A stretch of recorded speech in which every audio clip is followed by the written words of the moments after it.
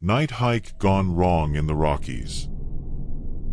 It was early October, just when the chill starts creeping into the Colorado air, and I was in my last semester of college.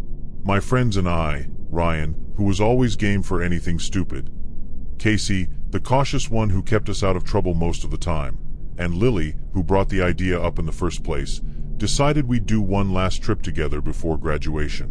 We'd seen some photos online of a viewpoint in the Rockies, and I guess we were lured in by that romantic idea of adventure.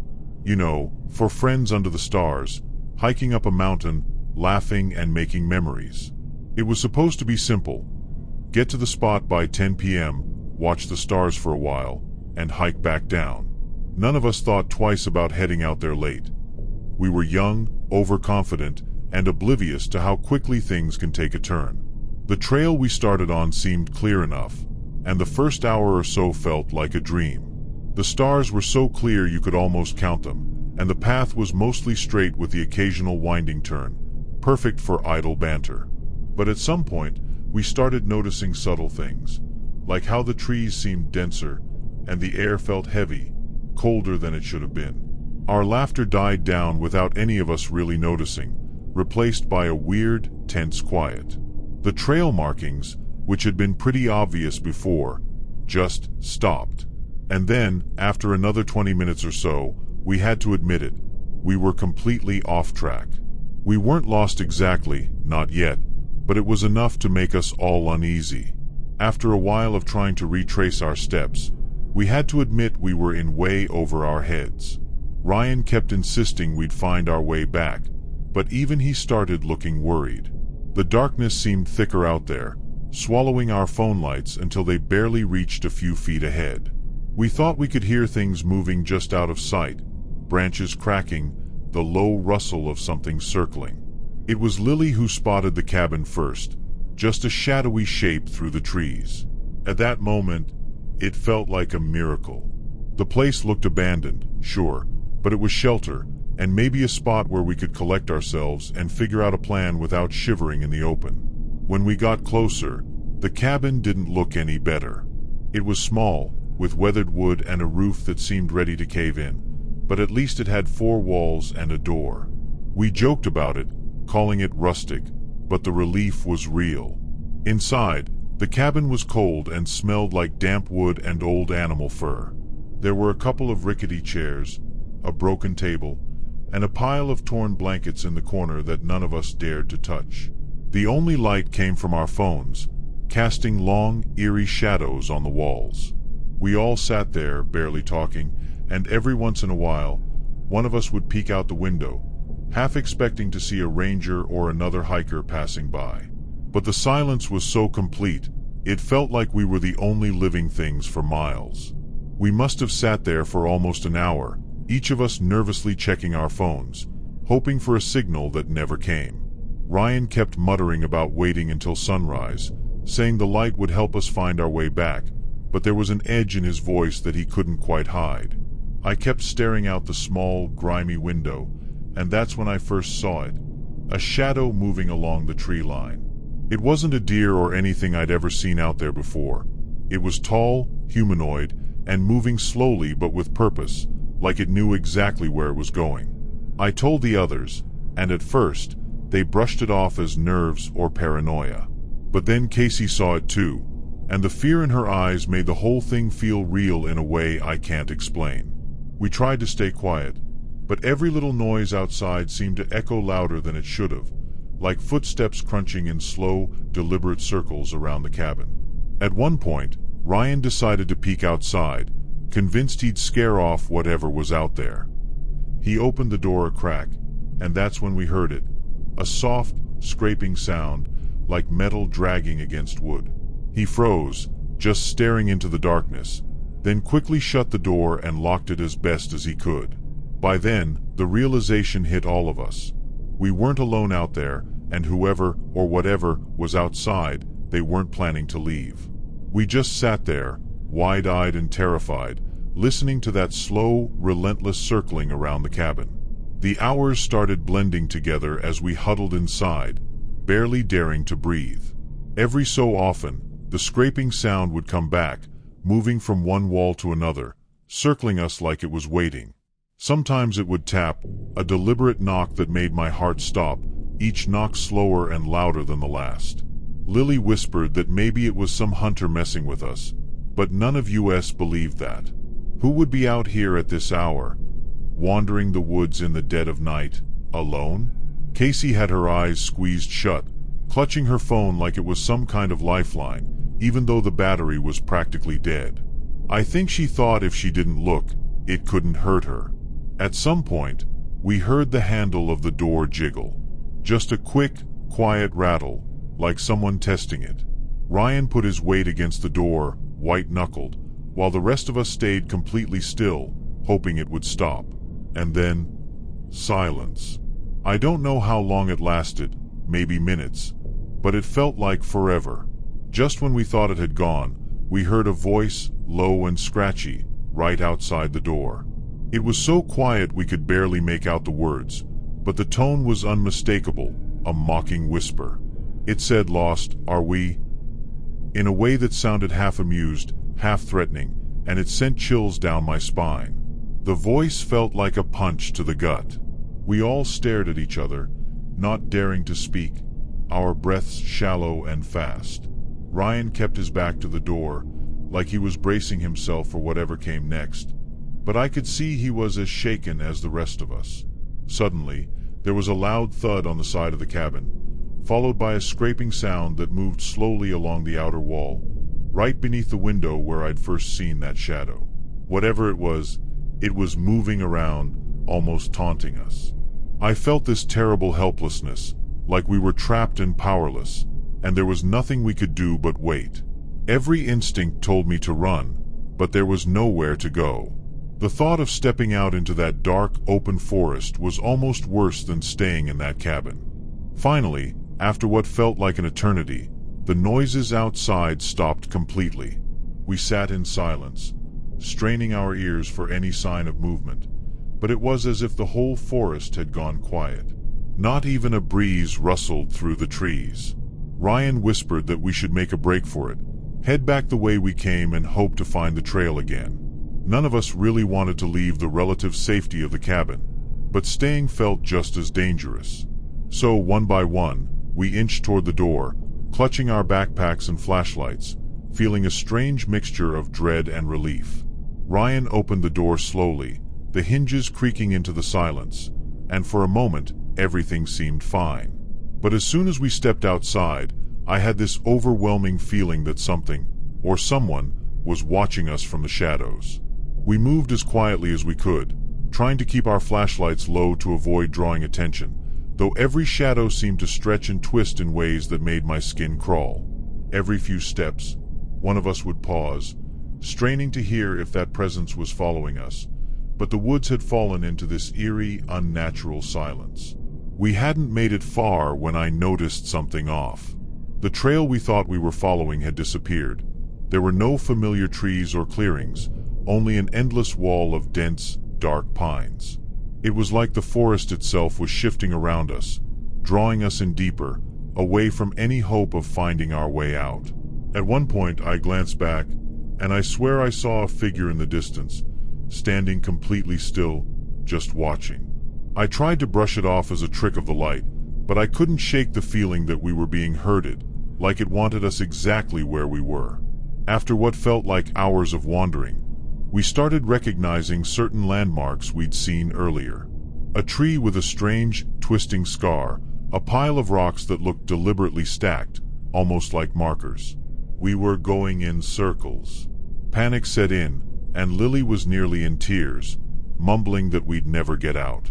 Suddenly, we heard footsteps again, slow and heavy, crunching on the fallen leaves, but this time they were coming closer. Ryan shined his flashlight in the direction of the sound, but there was nothing there. Just more trees, shadows dancing in the dim light. And then, just as we were about to turn back, we heard that same voice again, somewhere behind us, low and mocking. "Leaving so soon?" The word sent a wave of terror through all of us. It felt like whatever it was, it had been playing with us the entire time. We broke into a full-on sprint, stumbling over rocks and roots, not even caring where we were going anymore, just as long as we were getting away from that voice. I could hear Lily's breathing turning to sobs behind me, and Ryan kept looking over his shoulder, his flashlight beam shaking wildly. It was impossible to keep a steady pace in the dark, and soon enough, Casey tripped and fell hard, scraping her hands and knees. We stopped to help her up, but as we did, that silence crept back, thick and suffocating. It was like the entire forest was holding its breath, waiting. And then, somewhere nearby, a twig snapped, loud and sharp, as if to remind us that we were being hunted. In that moment, something in me snapped. I turned off my flashlight, motioning for the others to do the same, hoping that if we were quiet enough, we could blend into the shadows. We crouched there in the dark, barely daring to breathe, hoping that whatever was out there wouldn't find us. Minutes passed, though they felt like hours, and gradually, the feeling of being watched faded.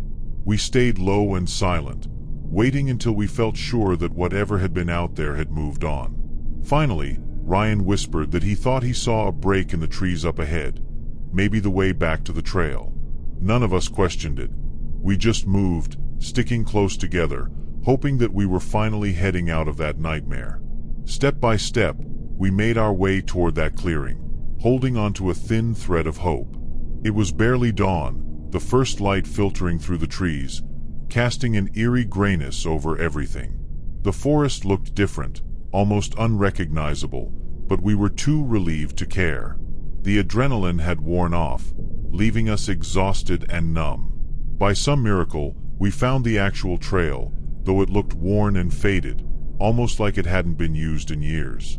None of us said a word as we walked, the silence between us too heavy, as if speaking would somehow draw the presence back to us. When we finally made it back to the car, we collapsed inside, too tired and shaken to process what had happened. On the drive back, Lily was the first to break the silence, mumbling something about how none of it felt real. But the fear in her eyes told me she knew, just as I did, that we'd come dangerously close to something we'd never understand. We never found out who, or what, was out there with us that night, and honestly, none of us wanted to. But to this day, whenever I'm alone in the dark or hear the wind rustling through the trees, I feel that presence watching, just waiting for the chance to remind me that it's still out there. And I know, deep down, that if we'd made one wrong step, none of us would have come back. Delivery mix-up in rural town. I had just picked up this job delivering packages a few weeks before, mostly because it was easy money and I needed to save up for college. It was supposed to be simple work, mostly just dropping off stuff to folks' doorsteps around the outskirts of town.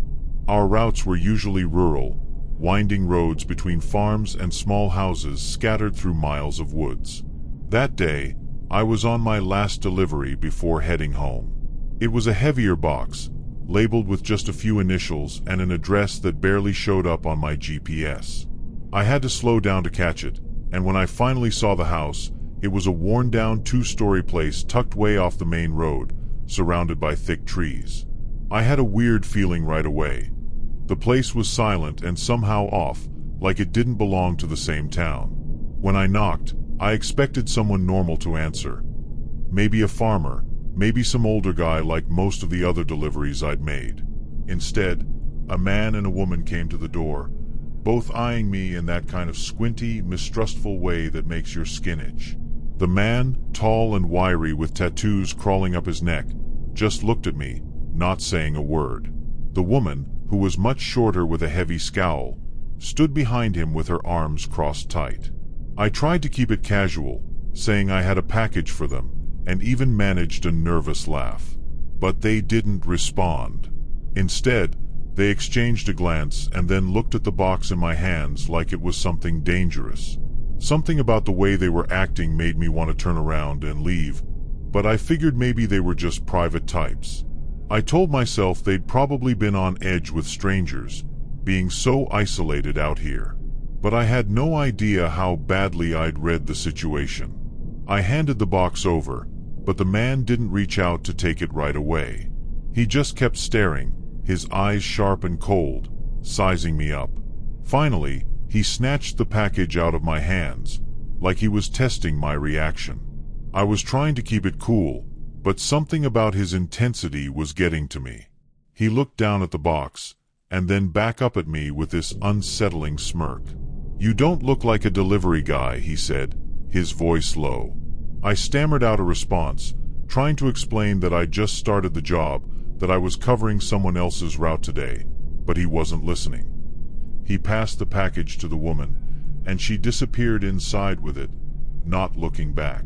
Just as I was about to turn and go, the guy put a hand on my shoulder, stopping me cold.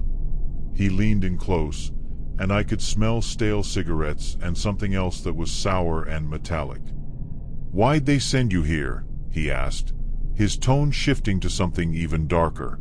I froze, heart pounding, every sense screaming at me to get out. I tried to play it off, laughing a little, saying I was just the delivery guy. But he wasn't buying it. He leaned in even closer, his grip tightening, and muttered, "You know, people around here don't like surprises." Then, as if on some silent cue, a third man, someone I hadn't even noticed, appeared around the corner of the house, blocking the path to my car. I glanced around, feeling my throat tighten as I realized just how isolated we were. The trees loomed on all sides, swallowing up any sign of the main road. The guy's grip on my shoulder was like a vice, and I could feel his eyes drilling into me, searching for some kind of weakness. "I think you've seen enough," he said, his voice dripping with suspicion. It was like he was daring me to make a move. The third guy, thick-set with a shaved head and arms crossed over his chest, was staring at me with the same cold, assessing look. It was clear I wasn't just a delivery guy to them. They saw me as some kind of threat, and the weight of that realization hit me hard. Desperation kicked in, and I managed to shrug off the guy's grip, forcing a shaky smile as I took a step back. "Look, I'll just be on my way." I didn't see anything. "Just doing my job," I said, trying to keep my voice steady. But they weren't moving. The woman had returned to the doorway now, watching us with narrowed eyes, and I could see her whisper something to the guy in front of me. My instincts screamed that I had to get out of there, now. Without another word, I spun on my heel and bolted down the gravel path, heading toward the thick line of trees. Behind me, I heard the man curse and the crunch of footsteps as they took off after me. The only thought in my mind was that I had to reach the woods before they closed the gap. Branches whipped against my face and arms as I tore into the trees, but I didn't stop. The footsteps behind me were fast and relentless, gaining ground with every second. I ducked low, hoping to lose them by weaving through the thickest part of the woods, where dense brush and thorny undergrowth tangled my steps. My breath came hard, my heart pounding so loud I thought it would give me away. I knew these woods were unfamiliar territory, a maze where one wrong turn could leave me lost for hours, but the alternative was unthinkable. I could still hear them crashing through the brush behind me, calling out to each other, getting closer. Just as panic was starting to blur my senses, I spotted what looked like an overgrown trail to my left. It was barely more than a narrow, winding path, but it was something, and I veered toward it, hoping it might lead me back to the road, or anywhere safer than here. The sounds of my pursuers faded slightly, but I knew they were still out there, searching. I kept moving, forcing my way through thickets and stumbling over roots. Every crack of a branch felt like it would be the last sound I'd ever hear. I didn't dare look back, didn't dare slow down. I was in full survival mode, running on sheer adrenaline, navigating by instinct alone. The deeper I went, the darker and quieter it got. I could barely see through the thick canopy of leaves overhead, and the air felt damp and heavy, like it was pressing down on me. After a few minutes, I stopped to catch my breath, straining to hear if they were still behind me. All I heard was my own gasping, mixed with the rustling of leaves in the wind. I crouched low, trying to blend into the shadows, hoping I was far enough that they'd give up. But then, faintly, I heard a twig snap somewhere to my right. My heart skipped a beat. They were still on my trail. I forced myself to keep going, quieter this time, trying not to step on anything that would give me away. The forest was disorienting, each turn looking like the last, and I couldn't tell if I was looping back toward their house or getting closer to safety. But I knew I couldn't stay put. I pushed forward, my mind racing. Then, through the thick trees, I saw what looked like an old hunting stand, a weathered wooden structure about 6 feet off the ground. It was a risk, but I figured I'd have a better view from up there. I climbed as quickly and quietly as I could, hoping they wouldn't see me, hoping I could at least spot a way out. When I reached the top, I ducked low, holding my breath as I scanned the area below. From my perch, I could see their flashlights slicing through the trees as they spread out, searching. My heart was still pounding, but I forced myself to breathe slowly, in and out, willing myself to stay calm and stay hidden. They were close, too close. I could make out their voices, low and tense, as they called to each other, coordinating their search. "Check over there. He couldn't have gone far," one of them muttered. The sound of his voice sent a chill down my spine. They weren't going to give up easily. They were determined to find me, and who knew what they'd do if they did. I stayed perfectly still, watching them move through the trees below. Then, in a stroke of luck, one of them veered off in the wrong direction, heading back toward the house. I waited until I was sure he was out of sight and then climbed down from the stand as silently as I could, keeping to the shadows. My muscles ached from the tension, but I knew I had to keep going. I edged away from the hunting stand, moving as quietly as possible, and tried to put as much distance as I could between me and the flashlights behind me. Every step felt like a gamble, but I told myself there had to be a way out. There had to be. I kept moving, using every bit of cover I could find, ducking behind trees and crouching low when I heard any sound. The farther I went, the quieter it got, and I finally started to feel like I might actually have a chance. Just when I thought I was in the clear, I stumbled onto a narrow dirt road cutting through the woods. Relief flooded through me, but I knew I couldn't just run out into the open. I crouched low at the edge, scanning for any sign of movement. The road was empty, stretching into the darkness on both sides, but in the faint moonlight, I saw fresh tire tracks. Something told me they used this road regularly. It was probably how they moved around without anyone noticing. As I stood there trying to decide which way to go, I heard the faint hum of an engine in the distance. My heart sank. They'd taken a car out, probably trying to cut me off or find me before I could escape. The only thing I could think to do was hide, and fast. I spotted a small ditch off to the side, thick with brambles, and I scrambled into it, lying flat against the damp earth, barely daring to breathe. Moments later, headlights swept across the trees, illuminating the road just a few feet away from where I was hidden. I held my breath, willing myself to be invisible as the car crept past, its tires crunching over gravel. When the taillights finally disappeared around the bend, I stayed hidden for a few minutes longer, just to be sure, before I crawled out and started down the road in the opposite direction, praying it would lead me to safety. After what felt like an eternity of walking, the dense woods finally began to thin out, and I spotted the faint glow of distant lights. A farmhouse, maybe, or a small property on the outskirts of town. Hope surged through me, and I picked up my pace, but I was careful to stay hidden in case they were still out there. As I got closer, I could make out the outline of a barn and an old pickup parked in the yard. It was quiet, no signs of anyone around, so I made a dash toward the property, my feet crunching softly on gravel as I approached the door of the house.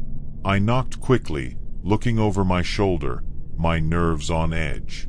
After a few tense moments, the door creaked open, and an older man stepped out, eyeing me with a mix of confusion and concern. I didn't waste time explaining. I told him I was in trouble, that I'd been chased, and that I needed to call for help. He didn't ask questions. Maybe he could see the fear on my face, or maybe he just knew enough about the area to understand. He handed me an old landline phone, and with shaking hands, I dialed the police. As I spoke to the dispatcher, relief started to flood through me, knowing I'd finally made it to safety. The old man stayed by the door, keeping a watchful eye on the dark woods beyond, as if he knew all too well what kinds of shadows lurked out there. When the police finally arrived, they told me they'd be investigating the area and that I'd done the right thing by getting out. To this day, I haven't gone back to that part of town. Unexpected detour through cartel country. I was with my family on a road trip from Arizona to Mexico City, a trip we'd been planning for months. We'd mapped the whole thing out, prepared snacks, and even set up playlists for each leg of the journey. It was my wife, our 7-year-old daughter Sophia, and me, packed into our old but reliable SUV. We'd been driving for hours through quiet, desert stretches, mostly sticking to main roads. But at some point, I must have taken a wrong turn. I didn't think much of it at first. Google Maps showed it as just a minor detour. But the further we drove, the more isolated everything started to feel, with nothing around but dry fields and the occasional tumbleweed. About an hour into this shortcut, the road narrowed, turning into a rough, bumpy dirt track. It was already getting dark, and I noticed my phone had lost signal completely. That's when the SUV started making this low, grinding sound, then a loud, clanking noise. I pulled over, heart pounding. As soon as I cut the engine, the whole thing just died on us. I tried restarting it, but nothing. My wife was looking around anxiously, and I could see Sophia hugging her stuffed rabbit a little tighter in the back seat. To make matters worse, there was this abandoned, decaying shack just a little ways up the road, almost blending into the landscape, but eerie enough to give me chills. We decided to stay put in the car, hoping we could flag down a passing vehicle, but the road was completely deserted. The silence out there was heavy, only broken by the faint rustling of dry bushes and the occasional gust of wind against the car. It felt like we were miles from civilization. My wife, Anna, kept glancing at the shack, then back at me, her face tense. I tried to reassure her, saying I'd figure something out in the morning if no one came by. But honestly, I was just as uneasy. The sun had set fully by now, casting long shadows that stretched across the barren landscape, and Sophia had dozed off, clutching her rabbit tight. Suddenly, we saw headlights approaching, bobbing down the rough road toward us. Relief washed over me, and I got out of the car, ready to wave down what I hoped was a good Samaritan. But as the truck got closer, I noticed it wasn't a regular car. It was an old pickup, with 3 men sitting in the back and 2 in the front. They slowed down as they approached, and I felt a chill as I took in the situation. These weren't travelers or helpful locals. These men had this rough, intense look about them, like they knew this land better than anyone and weren't used to seeing strangers. The men parked their truck a few meters from us, and for a few agonizing seconds, none of them said a word. They just looked us over, eyes sharp and cold. Finally, one of them stepped forward, a tall, muscular guy with a scar running from his left eyebrow down to his jaw. He spoke in Spanish, asking why we were there, his tone flat and unreadable. I tried to explain that we were tourists, that we'd taken a wrong turn and just wanted to get back to the main road. My Spanish isn't the best, but I managed to get out enough for him to understand. He glanced back at his companions, who exchanged low murmurs, casting doubtful, almost hostile glances at our car and then at us. One of the men in the back, smaller, wiry, with a cigarette hanging from his lips, said something I couldn't make out, but his tone was laced with distrust. He looked at us like we were intruding on something we had no right to see. I felt my pulse racing, and my wife's hand tightened around mine.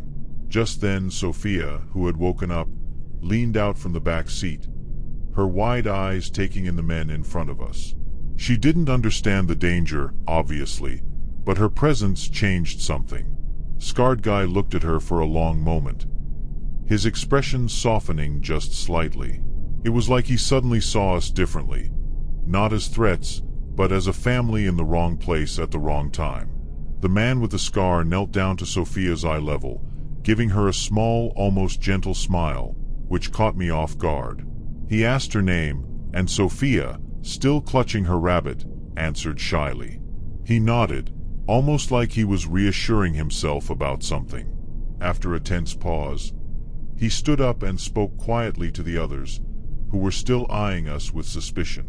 I couldn't catch everything he said, but I heard enough to understand he was telling them to let us go. One of the other men looked irritated, gesturing toward our car and muttering something sharp, but Scarred Guy cut him off, saying something about La Nina, the girl. There was this unspoken understanding between them, and whatever it was, it worked. The men huddled by the truck, talking quietly among themselves for a moment before Scarred Guy turned back to us and gestured toward our car. He explained, with a kind of gruff authority, that they would get us back to the main road, but that we should drive straight to our destination and not stray off the path again. My wife nodded fervently, and I mumbled thanks, feeling a strange mix of gratitude and unease. They led us back down the dirt road, their truck keeping just behind us, almost like a silent, watchful escort.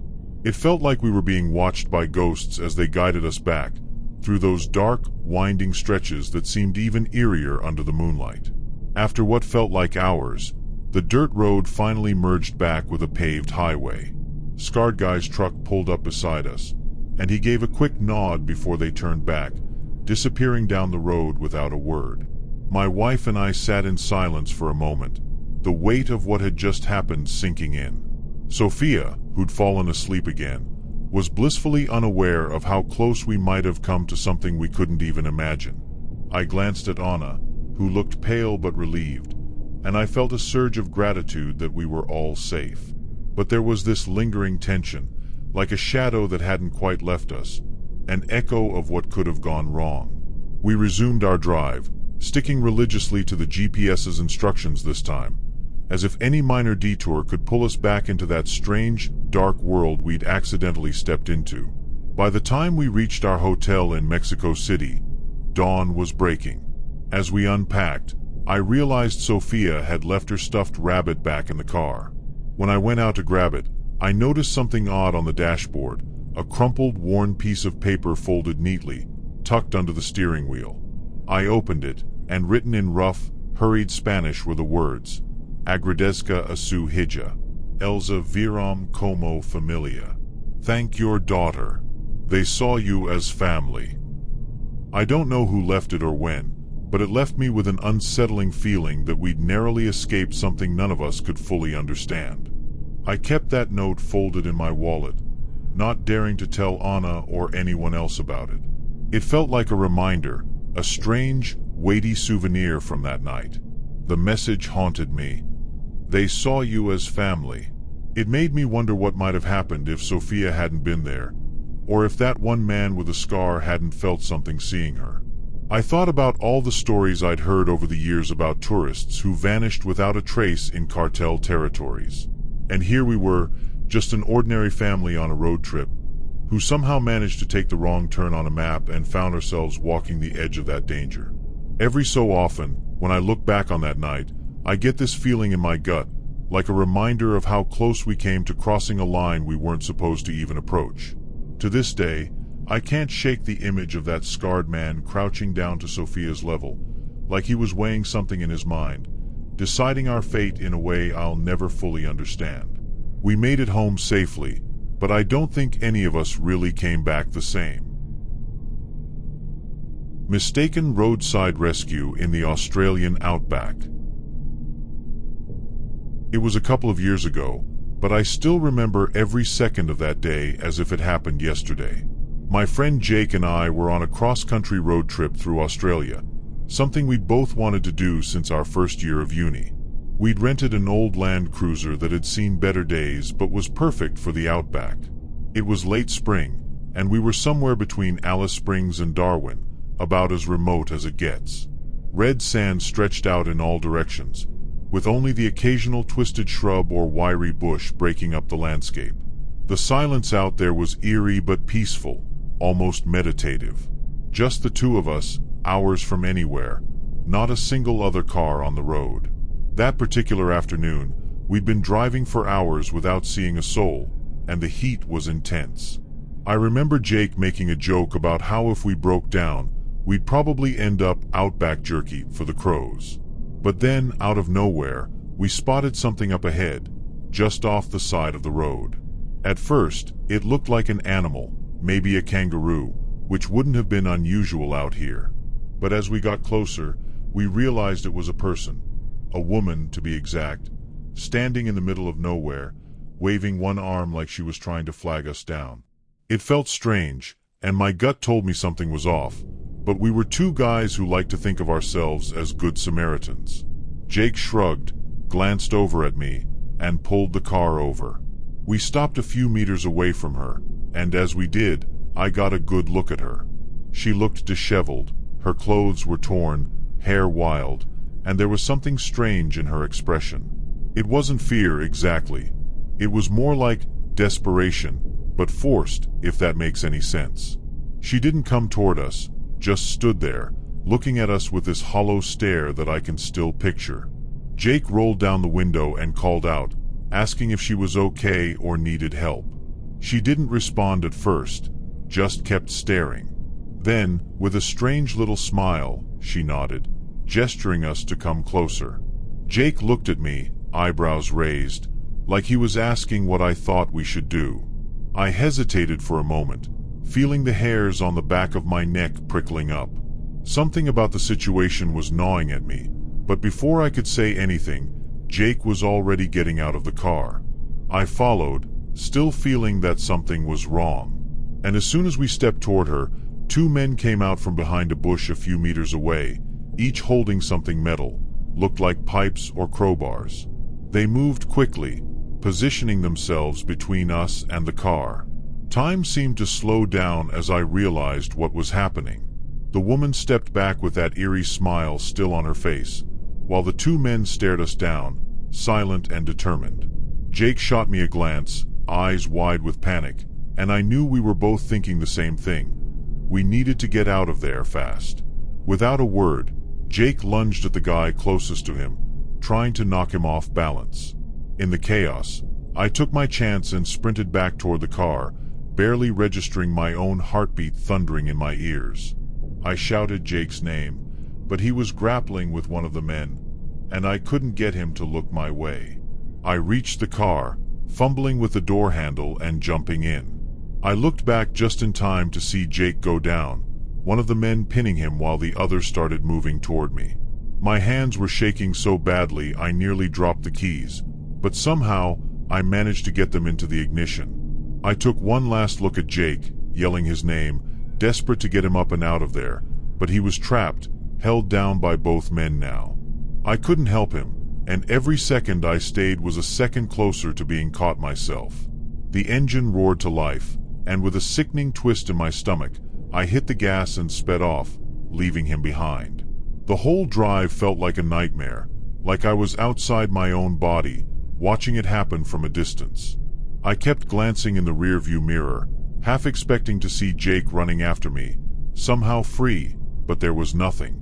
Just the endless red desert stretching out behind me, swallowing up the road. After what felt like hours, I finally reached the next town, a tiny speck on the map with a single petrol station and a police station. I stumbled inside, barely able to explain what had happened, my words coming out in broken gasps. The officers seemed skeptical at first. Tourists out here sometimes exaggerated, or so they told me, but they agreed to send out a team, mostly to humor me, I think. It was a grueling 2 hours of waiting, pacing up and down the police station, imagining what could be happening to Jake.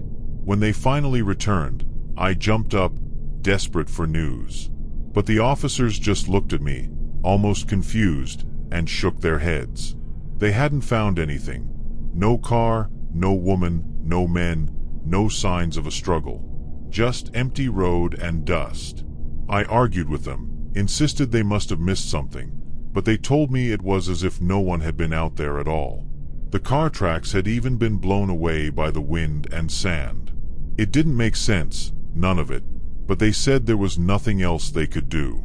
Days passed, and I stayed in that town, refusing to leave until I had answers. I'd spend hours retracing our route on foot, looking for any clue, any sign of Jake or those people. At one point, I even hired a local tracker who knew the outback like the back of his hand. Together, we combed through every inch of the stretch where we'd stopped that day. But it was like the whole scene had been wiped clean. The tracker was thorough, pointing out tire marks and footprints here and there, but nothing we found led us back to Jake. Eventually, he told me he'd never seen anything like it. Tracks that led nowhere, a scene that seemed to vanish without a trace. And then he looked at me, shook his head, and muttered something about things out here that people weren't meant to understand. Back in the town, I couldn't shake the feeling that the locals knew more than they were letting on. People would glance at me with a strange look when they thought I wasn't watching, their eyes shifting just a bit too quickly whenever I asked questions.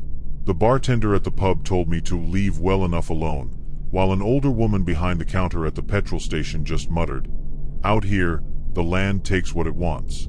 It felt like everyone knew some dark secret about that stretch of road but refused to share it with an outsider like me. Finally, after days of hitting dead ends and no help from the authorities, I realized I had to accept that Jake was gone. I returned home eventually, but nothing's been the same since. I couldn't get rid of the guilt that I'd left Jake behind or the feeling that I'd somehow missed something crucial. His family reached out to me, desperate for any detail that could help bring him back, and I had to sit there, choking on words, telling them I didn't know where he was or if he was even alive. Friends tried to comfort me, but how do you explain something so surreal, something that even I could barely believe?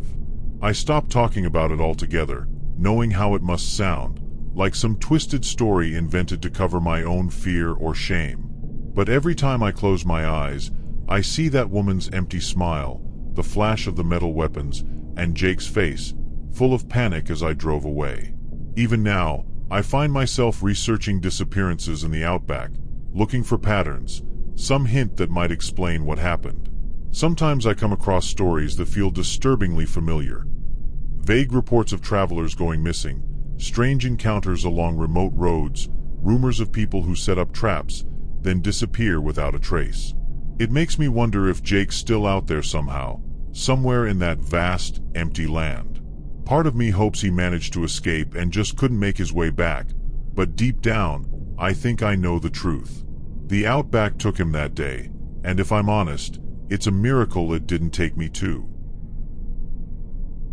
Wrong house party leads to hidden secrets.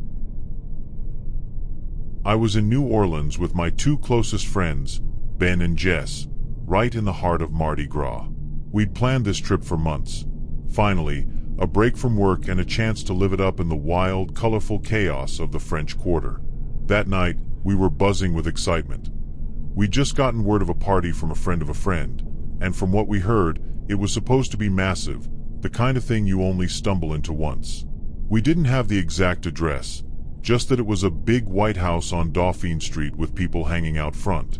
So, when we spotted a lively group spilling onto the sidewalk around this old, creaky-looking White House, we figured we'd found the place.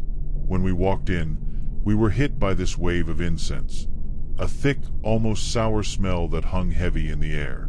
The inside was dimly lit, mostly by candles that were scattered around like someone had purposely made it look spooky. But the people inside, they seemed thrilled to see us, like they'd been waiting. A tall guy in a deep red robe was the first to greet us, a bit overdressed for Mardi Gras, but he gave us a big, exaggerated grin and pulled us in like we were old friends. There was something odd about how everyone kept looking at us, eyes gleaming like we were some kind of prize. I figured it was just Mardi Gras weirdness. Everyone in the city was in their own world.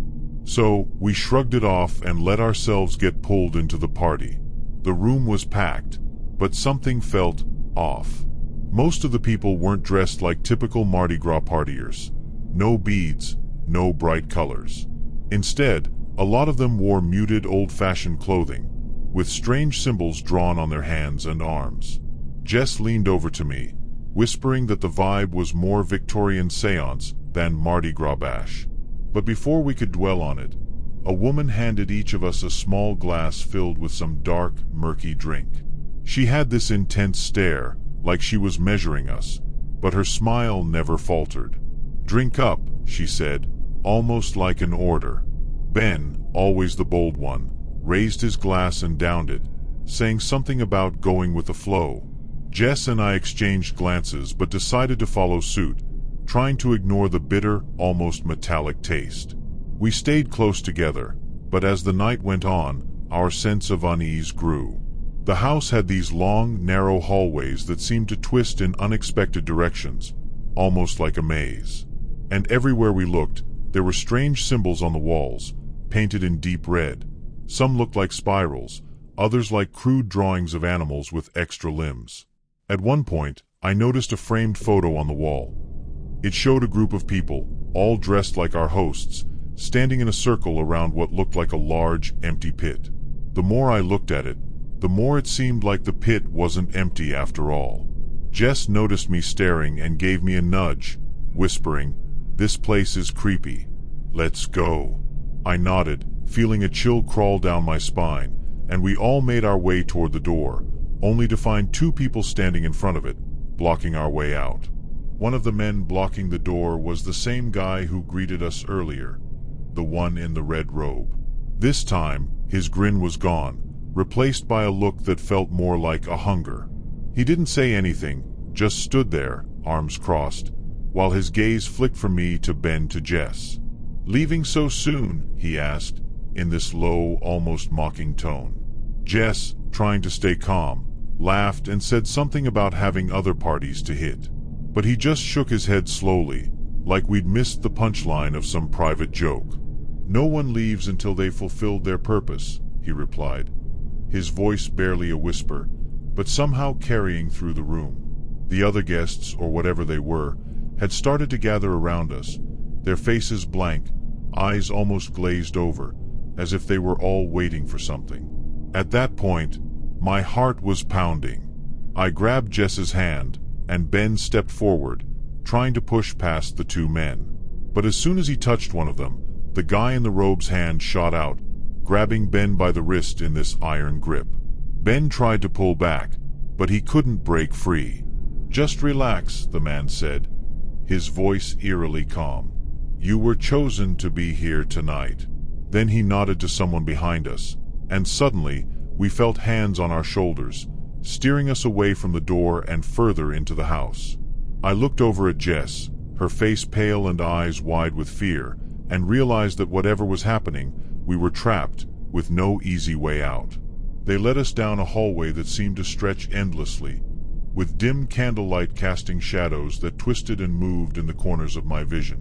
The walls were lined with more strange symbols, painted in that same unsettling red, and I noticed faint, muffled chanting coming from somewhere deeper in the house. It was low, almost like a heartbeat thrumming in the background. I squeezed Jess's hand, and Ben looked back at us, his face tense, though he was trying to put on a brave front. We were guided into a large, windowless room, where rows of candles formed a circle on the floor. At the center was an old wooden chair, intricately carved, almost like a throne, with symbols similar to the ones on the walls. Before we knew it, they'd separated us. Two of the guests pulled Jess and me to one side, while Ben was guided toward the chair. He tried to resist, but they forced him down, tying his arms and legs to the armrests with thick, frayed ropes that looked like they'd been used 1,000 times. Jess started screaming, thrashing in their grip, but no one seemed bothered. They just kept up that low, humming chant. I felt my own breathing get faster, panic taking over, but I forced myself to look around, hoping to find anything. An opening, a weak spot in the walls, something to get us out of there. But everywhere I looked, I was met with blank, watching faces. The chanting grew louder, merging with the flickering of the candle flames until it felt like the whole room was vibrating. Ben was struggling in the chair, his face contorted in fear, but his voice was drowned out by the rising hum. I could feel the grip of the people holding us tighten, their fingers cold and unyielding like iron. One of the women, the same one who had given us the drinks, stepped forward and raised her arms, as if she were conducting some ancient ritual. She started reciting words in a language I didn't recognize, her voice harsh and rhythmic, each syllable echoing around the room like a spell being cast. At that moment, Ben managed to twist one of his wrists free. His hand shot out, knocking over a cluster of candles, their flames sputtering and dying as wax splattered across the floor. The room fell silent, the chanting abruptly cut off, and for a split second, everyone froze. Taking advantage of the moment, I yanked my arm free from the person holding me and grabbed Jess, shouting for her to run. The sudden shift seemed to snap her out of her fear, and together we bolted for the door, shoving past the stunned crowd as fast as we could.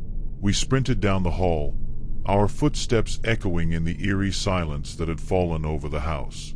Behind us, I heard Ben's panicked shouts and the scuffling sounds of a struggle. I wanted to go back for him, but Jess pulled me forward, her eyes wide and filled with terror. "We need to get help," she panted, her voice desperate. We rounded a corner, only to realize we'd ended up in another hallway that looked almost identical to the last, with no windows or signs of the way out. It felt like the walls were closing in on us, the symbols on them almost seeming to pulse in the dim light, guiding us deeper into the maze of corridors. Just when I thought we were hopelessly lost, we heard Ben's footsteps pounding behind us, and he came into view, disheveled and breathing hard. He'd somehow managed to break free and was running towards us. Relief washed over me, and we barely had a moment to share a glance before the chant started up again, louder and more urgent this time. It sounded as if the whole house was alive, each wall vibrating with that dreadful rhythm. We didn't wait around to see who was coming after us. We just ran, faster than I thought possible, until finally, we spotted a door at the end of the hall. With one final burst of energy, we threw ourselves at it, bursting into the night air and out onto the street. We stumbled out onto the street, gasping for breath, half expecting hands to reach out and pull us back inside. But the house stayed silent behind us, dark and looming, as if everything we'd experienced had vanished the moment we left. The sounds of Mardi Gras returned in full force around us. The music, the laughter, the clinking of beads and glasses. Normal life resuming just steps away from whatever had happened in that twisted place. A few people gave us odd looks as we staggered down the sidewalk, but no one stopped or asked if we were okay. It felt surreal, like we'd stepped out of a nightmare and back into reality, even though none of us could shake the horror of what we'd seen. We didn't stop until we were blocks away, finally collapsing on the steps of a closed cafe. All three of us sat there in silence for a while, still catching our breath. Ben's hands were shaking, his face pale, and Jess looked dazed, like she couldn't process what had just happened. Eventually, Ben broke the silence, muttering, What the hell was that?" None of us had an answer. We debated going to the police, but what would we even say? That we'd crashed a party and stumbled into some cult ritual? Who would believe us? In the end, we just sat there, letting the sounds of the city wash over us, hoping that, somehow, we'd left the horror back in that house. But even now, I still see those symbols in my mind, and every time I close my eyes, I feel like someone's watching, waiting for us to fulfill our purpose.